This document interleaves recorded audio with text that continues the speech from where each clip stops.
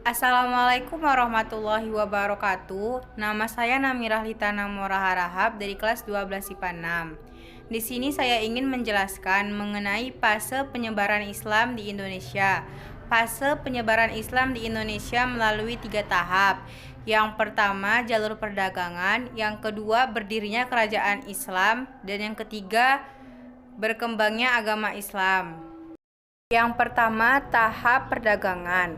Menurut Syekh Syamsuddin Abu Abdillah Muhammad bin Tholib ad-Dinaski, ia menyatakan agama Islam masuk ke Indonesia melalui Champa, yaitu Kamboja dan Vietnam, sejak zaman Utsman bin Affan, yakni sekitar tahun 651 Masehi atau abad ke-7 Masehi.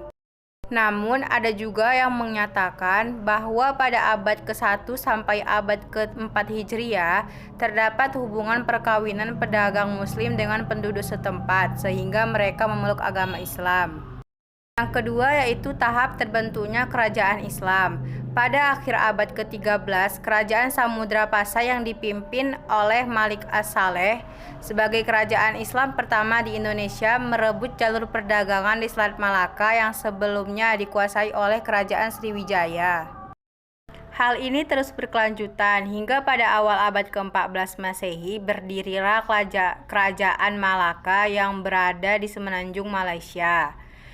Pada saat kepemimpinan Sultan Mansur Shah, kerajaan Malaka membuat Islam sangat berkembang di pesisir timur Sumatera dan semenanjung Malaka. Kemudian pada awal abad ke-16 Masehi, pusat-pusat perdagangan di pasar utara seperti Gresik, Demak, Cirebon, dan Banten menunjukkan kegiatan keagamaan yang dilakukan oleh para wali di Jawa. Kemudian pada abad ke-16 Masehi berdirilah kerajaan Demak yang menjadi penguasa Islam pertama di Jawa. Kemudian Pajang dan Mataram dapat mengembangkan Islam ke seluruh daerah-daerah penting di Jawa bahkan di luar Jawa seperti ke Banjarmasin, Hitu, Ternate, Tidore, dan Lombok.